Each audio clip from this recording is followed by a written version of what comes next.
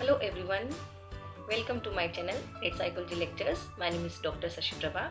आज के इस वीडियो में हम डिस्कस करेंगे अबाउट द टी टेस्ट। और इस वीडियो के अंदर हम लोग डिस्कस करने वाले हैं टी टेस्ट क्या होता है। बेसिकली जो इंट्रोडक्शन पार्ट है हमारे टी टेस्ट का, उसको हम पूरा कंप्लीट डिस्कस करेंगे कि टी टेस्ट की क्या रिक्वायरमेंट्स होती है, कौन सी कंडीशंस में इसको हम अप्लाई करते हैं, हम क्यों अप्लाई करते हैं, इसकी नीड क्या है, और कितने टाइप की कंडीशंस होती है जहाँ पे हम टी टेस्ट को अप्लाई करते हैं, और कितने टाइप के फॉर्मूलाज होते हैं। एंड कैलकुलेशन वाला जो पार्ट है वो हम नेक्स्ट वीडियो में बात करेंगे। सबसे पहले इसकी कुछ कैरेक्टरिस्टिक्स की मैं बात करने वाली हूँ। So first of all it is a parametric test.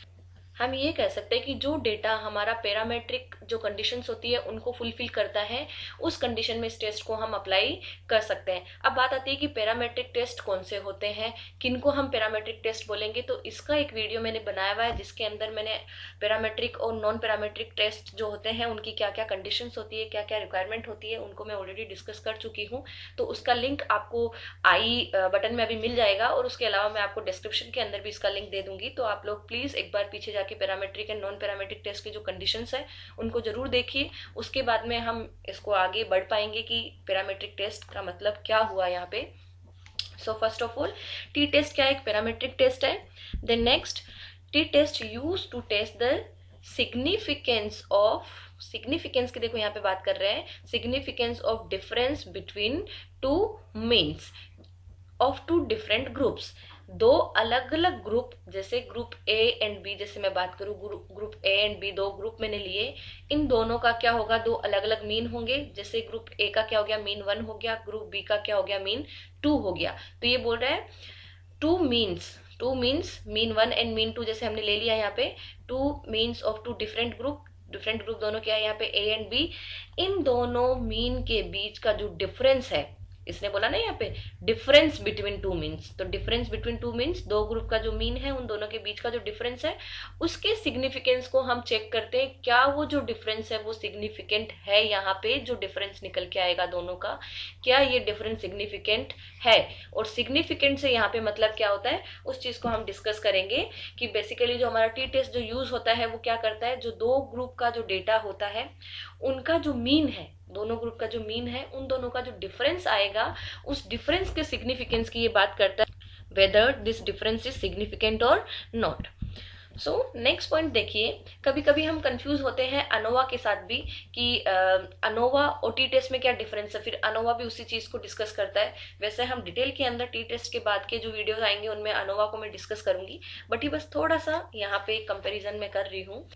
सो देखिए इस पॉइंट में, when there is more than two groups or means ANOVA is suitable method to test the significance of difference among them. अगर हमारे पास में जो groups है वो 2 से ज्यादा हो, मतलब जो मीन वैल्यूज है वो 2 से ज्यादा हो, अगर उनके बीच में हमें ये बताना है जो डिफरेंस है उनका वो सिग्निफिकेंट है कि नहीं है, उस कंडीशन में फिर हम क्या यूज करते हैं, हम अनोवा यूज करते हैं। इसका मतलब अनोवा कब यूज किया जाएगा, जब 2 से ज्यादा, मतलब 2 से ज्यादा जब ग्रुप्स है अपने पास में या मीन वैल्यूज है तब हम अनोवा यूज करते हैं। बट टी टेस्ट कब यूज करते हैं, जब अपने पास में 2 ग्रुप्स या 2 मीन वैल्यूज होती है तब हम यूज करते हैं। देन नेक्स्ट देखिए, सिग्निफिकेंस डिफरेंस मीन, जैसे मैंने ऊपर बोला था कि जो डिफरेंस है वो सिग्निफिकेंट होना चाहिए। इसका मतलब क्या हुआ हमारे यहाँ पे, सिग्निफिकेंस डिफरेंस का मतलब क्या होता है, which is not due to chance factor. की ये जो डिफरेंस आया है, मान लो कि एक मीन की वैल्यू 30 और एक की 32 है, फॉर एग्जाम्पल जैसे हमने 2 मीन लिए, यहाँ पे मीन 1 कितना हो गया 30 है एंड मीन 2 मैं ये बोलूं कि 32 है। तो ये जो डिफरेंस आ रहा है यहाँ, डिफरेंस कितने का है, 2 का डिफरेंस है, 2 का डिफरेंस है।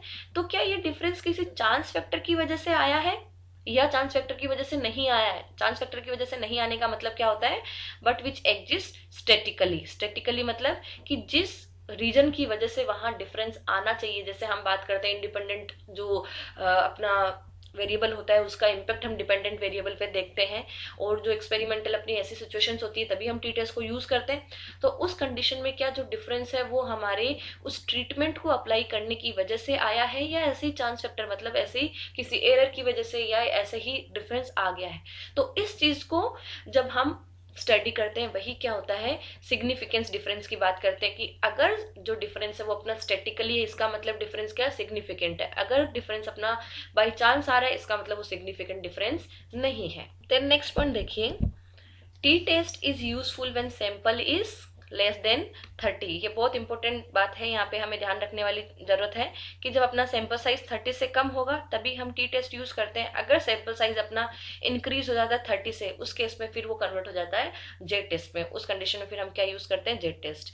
सो T test is useful when sample is less than 30, but when it increases instead of T test researcher use Z test. अगर वैल्यू जो अपनी है वो 30 से ज्यादा हो जाती है, उस कंडीशन में फिर हम क्या यूज करते हैं, जेड टेस्ट यूज करते हैं instead of T test. T test की जगह हम फिर जेड टेस्ट यूज कर लेंगे। So these are the some basic characteristics of the T test कि हम किस कंडीशंस के अंदर इनको यूज करेंगे। तो अभी देखिए कुछ इंपॉर्टेंट कॉन्सेप्ट्स जो हमें समझने की जरूरत है जब भी हम टी टेस्ट को अप्लाई करते हैं उससे पहले, क्योंकि टी टेस्ट और अगर हम अनोवा इन जो भी फॉर्मूलाज हैं इनकी अगर हम बात करें तो इनका एक सिंगल फॉर्मूला नहीं होता है, इसके अंदर स्टेप ऑफ फॉर्मूलाज होते हैं जिनको हमें कैलकुलेट करना पड़ता है, और जिनके लिए एक इम्पोर्टेंट चीज जो हमें ध्यान रखने वाली बात है कि किस तरीके से हम कैलकुलेट करेंगे और कौन कौन से कॉन्सेप्ट इनके अंदर इन्वॉल्व होंगे, तो उसको हम थोड़ा सा डिस्कस करेंगे। So first concept is degree of freedom. Degree of freedom हमें समझने की जरूरत है। देन नेक्स्ट नल हाइपोथेसिस कि क्या होता है। देन लेवल ऑफ सिग्निफिकेंस क्या होता है। वैसे अगर मैं तीनों ही चीजों की अगर मैं बात करूं, degree of freedom, null hypothesis, इनको मैं डिटेल में एक्सप्लेन कर चुकी हूं, तो इनका जो लिंक है वो भी मैं आई बटन में दे रही हूं, आप लोग वहां से क्लिक करके उस पर जा सकते हैं, और उसका जो लिंक है आपको मैं डिस्क्रिप्शन में भी नीचे दूंगी। तो आप लोग फिर से देखना चाहे तो एक बार वीडियोस को जरूर देखें। थोड़ा सा मैं ब्रीफ के अंदर, वेरी ब्रीफली मैं यहाँ पे इस वीडियो के अंदर इनको थोड़ा सा एक्सप्लेन करूंगी कि ये जो चीजें हैं वो क्या होती है। सो हम देखते हैं सबसे पहले डिग्री ऑफ फ्रीडम, जिसको हम डीएफ से डिनोट करते हैं कि ये क्या होता है। So DF is what, number of values in calculation of a statistic that are free to vary or it's a freedom to vary. क्या मतलब हुआ इसका, क्या है ये, नंबर ऑफ वैल्यूज, किस चीज का नंबर, वैल्यूज का number, in calculation of A statistics, कि जब भी हम किसी स्टेटिस्टिक्स की कैलकुलेशन करते हैं तो उसके अंदर जो वैल्यूज होती है कौन सी, that are free to vary, मतलब वो वैल्यूज जो फ्रीली वेरी कर सकती है, उन नंबर्स को हम क्या बोलते हैं, डिग्री ऑफ फ्रीडम बोलते हैं। अभी ये बात आती है कि मैम आपने बोला कि जो वैल्यूज वेरी कर सकती है इसका मतलब क्या होता है, हमें समझ में नहीं आया। तो उसी को जानने के लिए अभी देखिए आगे समझिए इस चीज को। It is the number of observation that are independent of each other and cannot be deduced from each other। कि ये क्या है, नंबर ऑफ ऑब्जर्वेशन है, कौन से, जो इंडिपेंडेंट होते हैं एक दूसरे से, जिनकी वैल्यू को हम एक दूसरे के साथ में अगर कंपेयर करें या एक दूसरे से अगर इंटरप्रेट करने की कोशिश करें तो हम नहीं कर सकते। उन नंबर ऑफ ऑब्जर्वेशंस को हम क्या बोलेंगे, डिग्री ऑफ फ्रीडम बोलेंगे। तो अभी जब इसके फॉर्मूले से मैं आपको समझाऊंगी तो ज्यादा बेटरली आपको समझ में आ पाएगा। तो देखिए यहाँ पे एग्जाम्पल जैसे मैंने लिया है, suppose we have 5 scores and the mean of 5 score is 12। हमने यहाँ पे क्या माना कि हमारे पास में 5 स्कोर है और जो 5 स्कोर है उनका जो मीन है वो कितना है, 12 है। और अगर इनसे मुझे ये फाइंड आउट करना हो कि आपको जो नंबर्स है कि वो 5 नंबर्स क्या हो सकते हैं, आप रेंडमली कुछ भी अपने अकॉर्डिंग बता दीजिए कि आप किन 5 नंबर्स को लोगे तो उनका जो मीन स्कोर है वो 12 आ जाएगा। तो कैसे हम कैलकुलेट करेंगे, देखिए दो कंडीशंस मैंने लिए यहाँ पे कैलकुलेट करने के लिए, दोनों में मीन कितना है, 12 है। एग्जाम्पल अपना यही है पर दो तरीके से, जैसे अगर मान लो यहाँ पे 2 लोग हैं जो इसको कैलकुलेट करने वाले हैं या वो बताने वाले कि कौन सी 5 वैल्यूज का जो आपका मीन है वो 12 रहने वाला है, तो कैसे कैलकुलेट करेंगे वो लोग। तो देखिए 4 स्कोर्स, जो फर्स्ट जो पर्सन है उसने ये बताया कि मेरा जो पहला स्कोर है वो 10 रहेगा, सेकेंड मेरा 12 रहेगा, थर्ड मेरा 15 होगा एंड फोर्थ स्कोर मेरा क्या होगा, 20 होगा। उसने ये 4 वैल्यूज बता दी, क्योंकि यहाँ पे देखिए अगर मीन वैल्यू 12 है तो इनका सम कितना हो जाएगा ओवरऑल, क्योंकि जब भी हम मीन निकालते हैं तो क्या करते हैं, हम sum of score divided by number of score हम करते हैं। तो अगर सम निकालना है तो हमें क्या करना पड़ेगा, mean multiply by number of scores. तो यहाँ पे जो अपना ओवरऑल जो वैल्यू है वो कितना हो जाएगा, 60। मतलब मेरा सम कितना है, 60। तो मुझे ऐसे 5 नंबर निकालने हैं जिनका सम कितना हो, 60 हो। तो फर्स्ट वाली कंडीशन के अंदर जो 4 स्कोर्स है उसने दे दी अपने की कितना हो गया, 10, 12, 15 एंड 20 हो गया। और इनका सम कितना आ गया अपने पास अभी, 57। मतलब मतलब जो 4 वैल्यूज बताई है इस वाले फर्स्ट वाले केस के अंदर इस इंडिविजुअल ने, तो वो कितने स्कोर्स अपने जो सम है स्कोर्स का वो कितना है 57 हो गया। अब देखिए यहाँ पे भी अगेन वही सेम चीज है कि जो सम होगा वो कितना होगा 60 होगा, जो हमारे जो नंबर्स होंगे उन सबका सम कितना होना चाहिए 60 होना चाहिए। तो उसने जो 4 स्कोर बताए शुरू में वो किसने बताए 8, 13, 21 एंड 7। और अगर इन चारों का अगर हम सम देखें तो सम कितना होता है इन चारों का 49। तो इन चारों नंबर्स का सम कितना हो गया 49 हो गया। तो अब देखिए अगर दो लोग अपने अपने दिमाग से अगर कोई नंबर्स बताएंगे तो सेम नहीं हो सकते, बट उन्हें बस इतना सा पता है कि उनका जो सम है पांचों नंबर्स का वो कितना होना चाहिए 60 होना चाहिए। तो यहाँ पे उसने जो 4 नंबर बताया रेंडमली उसने कुछ भी बोल दिया कि 10 होगा, 12, 15, 20 होगा। सेकंड वाले ने बोला कि 8, 13, 21, 7 होगा। ठीक है, ये तो बता दिया। लेकिन दोनों ही कंडीशन में जब वो फिफ्थ नंबर को कैलकुलेट करेंगे या ये बताएंगे कि फिफ्थ स्कोर जो है उनका क्या होने वाला है, तो यहाँ पे 60 में से कितना अगर 57 माइनस करते तो कितना बचता है, सिर्फ 3 का ही डिफरेंस है। और यहाँ पे अगर 60 में से 49 को अगर माइनस करते तो कितने का डिफरेंस है 11 का डिफरेंस है। तो देखिए जो फर्स्ट वाली कंडीशन है सो इसके लिए क्या हो गया मैंडेटरी हो गया, जो हमारा फिफ्थ स्कोर होगा वो कितना होगा 3 होगा, क्योंकि अभी अगर जो वैल्यू बची है वो कितनी बची है 3 ही बची है हमारे पास में, हम 3 से ज्यादा नहीं ले सकते हैं। उससे क्या होगा हमारा सम क्या होगा मोर देन 60 हो जाएगा, पर हमारा सम तो कितना होना चाहिए सिर्फ 60 ही होना चाहिए। वैसे ही सेकंड वाली कंडीशन में देखिए जो स्कोर है वो फिफ्थ वो 11 ही होगा, मैंडेटरी है, क्योंकि उससे क्या होगा जो सम है वो एग्जैक्ट 60 होगा, अदरवाइज 60 से कम या ज्यादा हो जाएगा अगर हम वैल्यू 11 से कम ज्यादा ले लेंगे। तो अभी आपको एक बात समझ में आई कि ये जो 4 स्कोर हमने डिसाइड किए कि हम क्या लेंगे, उनके लिए हम एकदम फ्री है कि हम कोई भी स्कोर ले सकते हैं। लेकिन जो फिफ्थ स्कोर है वो क्या है इन चारों स्कोर से बाउंड है कि वो आपका स्कोर क्या होने वाला है, वो आप फ्रीली इंडिपेंडेंटली डिसाइड नहीं कर सकते। वो सिर्फ वही स्कोर आप डिसाइड कर सकते हो जितना उस सम से माइनस रहा है। दोनों ही केस में देखिए, दोनों ही केस में क्या हुआ 4 स्कोर तो वो हो गए जिनके जो आपने इंडिपेंडेंटली डिसाइड किए, बट जो फिफ्थ स्कोर है वो आपका बाउंड है इन चारों स्कोर के सम के साथ में, इन चारों स्कोर्स के साथ में। अभी आपका जो मीन है वो कैलकुलेट करने पे 12 बन जाएगा दोनों ही कंडीशन में जब हम सम करेंगे। अब देखो हेंस डीएफ अपना कितना हो जाता है, जो डीएफ का फॉर्मूला है वो अगर हम यहाँ से समझ पा रहे हैं तो क्या है n-1, और यहाँ पे n क्या होगा नंबर ऑफ स्कोर। जैसे नंबर ऑफ स्कोर यहाँ पे कितना था अपना 5 था नंबर ऑफ स्कोर, क्योंकि 5 ही हम बोल रहे हैं कि 5 स्कोर है तो नंबर ऑफ स्कोर कितना हो गया 5 हो गया।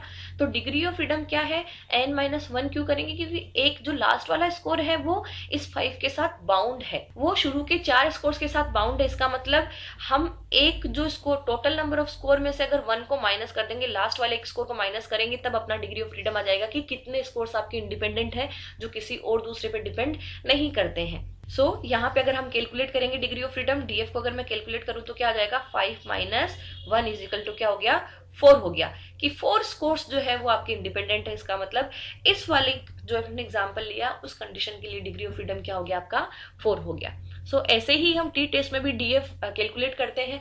कुछ कुछ कंडीशंस में जैसे कंडीशंस चेंज होती है वहां डीएफ का फॉर्मूला थोड़ा बहुत वेरी कर जाता है, बट वो आप लोगों को समझ में आ जाएगा कि वहां पे वेरिएशन क्यों हुआ है। बाकी डिग्री ऑफ फ्रीडम का जो मीनिंग है वो हम समझ चुके हैं, कितने स्कोर्स आपके फ्री है उस डेटा के अंदर। So next is null hypothesis, no difference hypothesis की जब हम बात करते हैं। हाइपोथेसिस क्या होता है, बेसिकली कोई भी जो प्रॉब्लम हमारे सामने होती है उसका एक टेंटेटिव सॉल्यूशन हम लेके चलते हैं। हाइपोथेसिस हम ये बोल सकते हैं कि वो सॉल्यूशन जो हमने माना है एक्चुअली में वो सॉल्यूशन होगा कि नहीं उसको हम आगे टेस्ट करने वाले। तो जो नल हाइपोथेसिस होती है वो क्या होती है नो डिफरेंस हाइपोथेसिस, जहां पे हम ये बात कर रहे हैं कि जो हमारे ग्रुप्स हैं उनके अंदर कोई भी डिफरेंस लाई नहीं करता है, मतलब वहां पे कोई डिफरेंस नहीं है, इसीलिए हम इसको क्या बोल रहे हैं नो डिफरेंस हाइपोथेसिस बोल रहे हैं। सो नल हाइपोथेसिस को हम ये बोल सकते हैं if null hypothesis is accepted, अगर नल हाइपोथेसिस एक्सेप्ट हो जाती है किसी भी कंडीशन में, then there is no difference between the two samples. अगर नल हाइपोथेसिस एक्सेप्ट हो जाती है इसका मतलब जो दो सैंपल्स हैं उनके अंदर कोई भी डिफरेंस जो है वो वहां पे नहीं है, इसीलिए हम इसको क्या बोल रहे हैं नल हाइपोथेसिस। और there is very small difference due to some error और सम अदर चांस फैक्टर, तो हम ये बोल सकते हैं कि या तो डिफरेंस वहां पे बिल्कुल नहीं होगा, या जो डिफरेंस होगा वो इतना कम होगा किसी एरर या किसी और चांस फैक्टर की वजह से होगा जो सिग्निफिकेंट नहीं होगा। जैसे कि हमने शुरू में बात की थी सिग्निफिकेंस डिफरेंस का मतलब क्या होगा, वो डिफरेंस जो स्टेटिकली वहां पे लाई करता है कि जिस किसी ट्रीटमेंट या हम ये बोल सकते हैं मैनिपुलेटिव कंडीशन जो इंडिपेंडेंट वेरिएबल की हम यूज करते हैं, अगर उसकी वजह से डिफरेंस आ रहा है तभी वो डिफरेंस सिग्निफिकेंट है। अगर किसी भी एरर कंडीशन या चांस फैक्टर की वजह से डिफरेंस वहां पे लाई करता है तो उस डिफरेंस को हम कंसिडर नहीं करते हैं। तो नल हाइपोथेसिस का एक्सेप्ट होने का मतलब ही ये हुआ कि वहां पे या तो डिफरेंस नहीं है, या अगर डिफरेंस आ रहा है वो किसी चांस फैक्टर या किसी एरर की वजह से वहां पे डिफरेंस क्रिएट हो रहा है।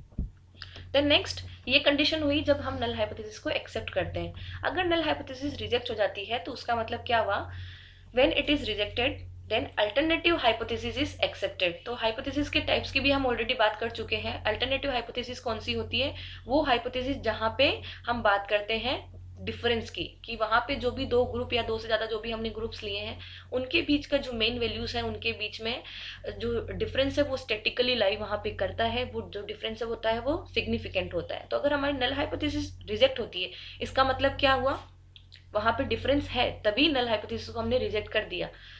तो वहां पे एक्सेप्ट क्या हो जाएगी, फिर अल्टरनेटिव हाइपोथेसिस वहां पे एक्सेप्ट हो जाती है। तो किसी भी रिसर्च कंडीशन के अंदर या जब भी हम कोई रिसर्च करते हैं तो अगर नल हाइपोथेसिस रिजेक्ट हो जाती है तो वहां पे दूसरी हाइपोथेसिस बनाई जाती है जिसको हम बोलेंगे अल्टरनेटिव हाइपोथेसिस, जो अल्टरनेट होता है एक तरीके से नल हाइपोथेसिस का, उसको हम फॉर्म करते हैं और उसकी टेस्टिंग आगे की जाती है।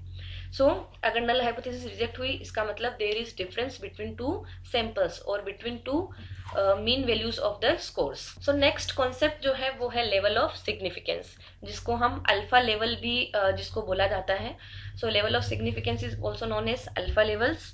अब देखिए इनको समझने के लिए थोड़ा सा एक टेबल मैंने यहाँ पे फॉर्म किया है जिसको हम अच्छे से ध्यान देंगे यहाँ पे, कि जो अपनी लेवल ऑफ सिग्निफिकेंस है ये दो लेवल होते हैं यहाँ पे, 0.01 होता है, 0.02 होता है। इनका मतलब क्या होता है, कब कैसे इनको हम यूज करेंगे तो इस टेबल के थ्रू हम समझने वाले हैं। सो फर्स्ट देखिए, नल हाइपोथेसिस जब एक्सेप्ट हो जाती है उस कंडीशन में हम क्या बोलेंगे कि 0.01 का मतलब क्या हुआ एंड 0.05 का मतलब क्या हुआ। सो देखिए नल हाइपोथेसिस जब एक्सेप्ट होती है तब भी दो कंडीशन है। एक तो कंडीशन वो जब एक्चुअल में नल हाइपोथेसिस हमारी ट्रू थी, मतलब सही नल हाइपोथेसिस, जिस नल हाइपोथेसिस थी जिसको हमने एक्सेप्ट भी कर लिया। एंड सेकंड जो कंडीशन वो ये है कि नल हाइपोथेसिस एक्चुअल में गलत थी, फॉल्स थी वहां पे, बट फिर भी हमने उसको एक्सेप्ट कर लिया। हो सकता है कि हम गलती हो जाए, हमारी कैलकुलेशन में कोई मिस्टेक हो, या जो डेटा हमारा है वो सही नहीं आ रहा हो, क्योंकि जहां से हमने डेटा कलेक्ट किया है हो सकता है वो ऑथेंटिक नहीं हो, कोई भी रीजन हो जहां पे एक्चुअल में नल हाइपोथेसिस फॉल्स है, मतलब वहां पे डिफरेंस था बट फिर भी हमने उसको एक्सेप्ट कैसे कर लिया कि वहां पे डिफरेंस लाई नहीं करता है। तो इन कंडीशंस में हम कैसे इनको एक्सप्लेन करेंगे, तो अभी हम देखते हैं 0.01 जो अल्फा लेवल है उसका मतलब क्या हुआ यहाँ पे। Once in 100 replication of the experiment, कि जब भी किसी एक एक्सपेरिमेंट को सेम सैंपल के साथ में सेम सर्कमस्टांसेस के अंदर सेम ही एक्सपेरिमेंट को हम 100 बार अगर रेप्लिकेट करते हैं, फिर उसको 100 बार हम उसको फिर से रिपीट करते हैं उस कंडीशन के अंदर, एक बार ऐसा होगा कि नल हाइपोथेसिस क्या होगी, हमारी गलत होगी। Once in 100 replication of the experiment null hypothesis is false, but 99 times this hypothesis will be true. But 99 times अगर हम बात करते हैं 100 में से, तो वो क्या होगा, हमारा हाइपोथेसिस क्या होगा, ट्रू होगा। उस कंडीशन को हम क्या बोलते हैं, 0.0 लेवल पे सिग्निफिकेंस, उसको हम बोलेंगे कि 100 में से एक बार सिर्फ वहां पे क्या हो रहा है, एरर आ रहा है, या हम ये बोल सकते हैं कि वहां पे डिफरेंस नहीं आ रहा है। तो 0.01 लेवल का मतलब क्या हुआ, 99 और 1 का रेशियो यहाँ पे होता है कि 99% या 99 टाइम्स हमारा जो रिपीटेशन है, जो रेप्लिकेशन है एक्सपेरिमेंट का, वहां पे डिफरेंस लाई नहीं करता है, बट 1% चांसेस है या सिर्फ सिंगल वंस टाइम ऐसा होगा कि वहां पे डिफरेंस लाई करेगा। सो अब देखिए 0.05 लेवल ऑफ सिग्निफिकेंस अगर अल्फा लेवल की हम बात करते हैं तो उसका मतलब क्या हुआ, जैसे हमने ऊपर समझा, हम रिलेट कर सकते हैं कि इसका मतलब क्या होगा अभी, कि अगर हमने अपने एक्सपेरिमेंट को 100 टाइम रेप्लिकेट किया तो उसके अंदर क्या होगा, 95% ऑफ द टाइम, या हम ये बोलें कि 100 में से 95 आउट ऑफ 100 में क्या होगा कि हमारा नो डिफरेंस यहाँ पे आएगा, सेम वही रिजल्ट आएगा कि वहां पे डिफरेंस लाई नहीं करता है, लेकिन 5% चांसेस है वहां पे ये आ जाए कि वहां पे डिफरेंस लाई करता है। तो अगर 100 में से अगर 5 टाइम भी अगर डिफरेंस आ जाता तब भी कोई बात नहीं, क्योंकि 95% ऑफ द टाइम तक अपना क्या हो रहा है, वहां पे यही रिजल्ट निकल के आ रहा है, 95 टाइम्स यही रिजल्ट निकल के आ रहा है कि वहां पे डिफरेंस नहीं है। तब तक हम ये बोल सकते हैं कि अगर किसी एक्सपेरिमेंट को किया जाए तो वो जो रिजल्ट है वो हमारा सिग्निफिकेंट आएगा। अगर मान लो 100 में से 6 टाइम्स भी अगर अपना जो डिफरेंस है वो वहां पे आता है, मतलब नो डिफरेंस को नहीं बताता है, उस कंडीशन में क्या होगा, फिर वो जो अपना जो आंसर है वो सिग्निफिकेंट नहीं होगा। मतलब वहां पे जो डिफरेंस है ग्रुप्स के बीच में, जो डिफरेंस लाई नहीं करता है, इस चीज को हम सिग्निफिकेंट नहीं बोल सकते हैं। तो मैक्सिमम कितने चांसेस है यहाँ पे, 5% चांसेस है कि आप डिफरेंस की बात कर सकते हैं, तब तक अपना जो आंसर होगा वो क्या होगा, सिग्निफिकेंट होगा। तो देखो ज्यादा कंफ्यूज होने वाली बात नहीं है, सिंपल सा इतना याद रखना है कि 0.01 में क्या हो गया, 1% वहां पे डिफरेंस की हम बात कर सकते हैं, और 0.05 का मतलब क्या हुआ, 5% हम डिफरेंस की से बात कर सकते हैं। अगर इससे ज्यादा डिफरेंस होता है तो डेटा अपना जो है, या हम ये जो बोलते हैं जो डिफरेंस है वो वहां पे सिग्निफिकेंट नहीं होगा। ये किस केस में हम बात कर रहे हैं, हम नल हाइपोथेसिस की बात कर रहे हैं, तो वहां पे नो डिफरेंस की ही बात होगी। अब देखिए कि नल हाइपोथेसिस को हमने एक्सेप्ट किया, बट एक्चुअल में हमारी नल हाइपोथेसिस क्या थी, फॉल्स थी। कि हमने जब निकाला फॉर्मूला से कैलकुलेट किया, हमने ये बोल तो दिया कि ये अपना जो डेटा है उसके अंदर जो डिफरेंस है वो क्या है, सिग्निफिकेंट है, और हम यहाँ पे नल हाइपोथेसिस को एक्सेप्ट करते हैं कि यहाँ पे कोई भी डिफरेंस लाई नहीं करता है। बट एक्चुअल में क्या था, वहां पे डिफरेंस लाई करता था। जो नल हाइपोथेसिस हमने बनाई थी वो एक्चुअल में क्या थी, गलत थी। बट फिर भी अगर हम उसको एक्सेप्ट कर लेते हैं तो वहां पे क्या होता है, एरर क्रिएट हो जाता है। और इस एरर को हम क्या बोलते हैं, टाइप सेकंड एरर, या इसको बोलते हैं बेटा एरर। इसको बीटा एरर भी बोलते हैं और टाइप सेकंड एरर भी बोलते हैं, क्योंकि एक्चुअल में एरर ही है ये कि हमने फॉल्स था, यहाँ पे नल हाइपोथेसिस एक्चुअल में रिजेक्ट होनी चाहिए थी, हमने बट क्या कर दिया, एक्सेप्ट कर दिया। तो कहीं कहीं आप लोगों ने पढ़ा होगा टाइप 1 और टाइप 2 एरर्स होते हैं, या अल्फा या बीटा एरर्स होते हैं, तो उन एरर्स की भी मैं यहाँ पे बात कर रही हूँ। तो जब नल हाइपोथेसिस एक्चुअल में फॉल्स थी बट हमने उसको एक्सेप्ट कर लिया, हमें वहां पे रिजेक्ट करना चाहिए था बट फिर भी हमने एक्सेप्ट किया, उस कंडीशन में जो एरर क्रिएट हो रहा है उस एरर को हम क्या बोलेंगे, टाइप 2 एरर बोलेंगे, या हम ये बोल सकते हैं उसको हम बीटा एरर बोलेंगे। तो ये तो हो गया अपना जब नल हाइपोथेसिस को एक्सेप्टेड वाली जो कंडीशंस होगी दो, एक तो ट्रू है एक फॉल्स है। अब देखिए सेकंड कंडीशन की मैं बात करती हूँ, जब नल हाइपोथेसिस हमारा रिजेक्ट हम करते हैं कि नल हाइपोथेसिस हमारा रिजेक्ट हो गया है, उस कंडीशन में भी जो पहली कंडीशन है वो क्या है, एक्चुअल में अगर हम बात करें तो वहां पे डिफरेंस नहीं था। मतलब हमारी जो नल हाइपोथेसिस हमने बनाई वो क्या थी, ट्रू थी, वो सही थी, बट फिर भी हमने उसको रिजेक्ट कर दिया। हम ये बोल रहे हैं कि यहाँ पे नल हाइपोथेसिस जो है वो एक्सेप्ट नहीं हो रही है। क्यों नहीं हो रही, क्योंकि यहाँ पे डिफरेंस लाई करता है। तो यहाँ पे भी एरर क्रिएट हुआ कि एक्चुअल में तो सही बात थी, लेकिन फिर सही बात को भी हम क्या बोल रहे हैं कि वो गलत है, हमने उस बात को हम रिजेक्ट कर रहे हैं। तो इस कंडीशन में जो एरर क्रिएट होता है वो क्या होता है, टाइप 1 एरर होता है, जिसको हम और अल्फा एरर बोलते हैं। तो टाइप 1 एरर क्या हुआ कि जब नल हाइपोथेसिस ट्रू है बट हम उसको रिजेक्ट कर रहे हैं, एंड टाइप 2 एरर क्या हुआ, जब नल हाइपोथेसिस फॉल्स है बट फिर भी हम उसको एक्सेप्ट कर रहे हैं।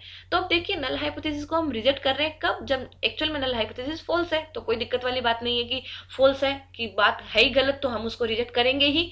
तो जब गलत है उसको जब हम रिजेक्ट कर देते हैं तो उस कंडीशन में क्या होगा, once in 100 replication of the experiment null hypothesis is true. कि यहाँ पे नल हाइपोथेसिस गलत होने का मतलब और उसको रिजेक्ट करने का मतलब क्या होगा कि 100 में से सिर्फ एक ही बार ऐसा होगा कि नल हाइपोथेसिस सही है, बाकी 99 टाइम्स क्या होना चाहिए कि नल हाइपोथेसिस वहां पे गलत होगी, मतलब वहां पे फॉल्स होगी, तभी तो नल हाइपोथेसिस को हम फॉल्स बोल रहे हैं।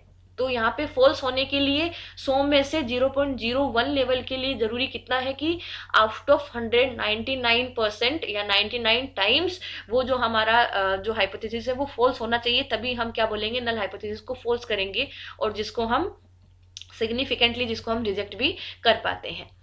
और यहाँ पे क्या होगा, 0.05 लेवल पे क्या होगा कि 100 में से ओनली 5 टाइम्स ही क्या होगा, हमारी जो नल हाइपोथेसिस है वो ट्रू होगी, बाकी 95 टाइम्स क्या होगी, नल हाइपोथेसिस फॉल्स ही होनी चाहिए, तभी हम बोल पाएंगे कि हमारी नल हाइपोथेसिस फॉल्स है। तो एकदम क्या हो गया, जब नल हाइपोथेसिस ट्रू होती है इसको हम एक्सेप्ट करते हैं, और जब नल हाइपोथेसिस फॉल्स होती है उसको हम रिजेक्ट करते हैं। तो ये जो सीन है वो एकदम क्या हो गया, अपोजिट हो गया यहाँ पे, क्योंकि यहाँ पे हम 0.01 लेवल की कंडीशन में क्या बात कर रहे थे कि करेक्ट कितनी परसेंट होनी चाहिए, 99 टाइम्स टाइम्स वो सही होनी चाहिए, बट यहाँ पे हम क्या बात कर रहे हैं कि 99 टाइम्स वो गलत होनी चाहिए गलत प्रूव करने के लिए। तो एकदम अपोजिट हो गया, क्योंकि कंडीशन हमारी अपोजिट है, एक ट्रू वाली कंडीशन थी, एक फॉल्स वाली कंडीशन थी।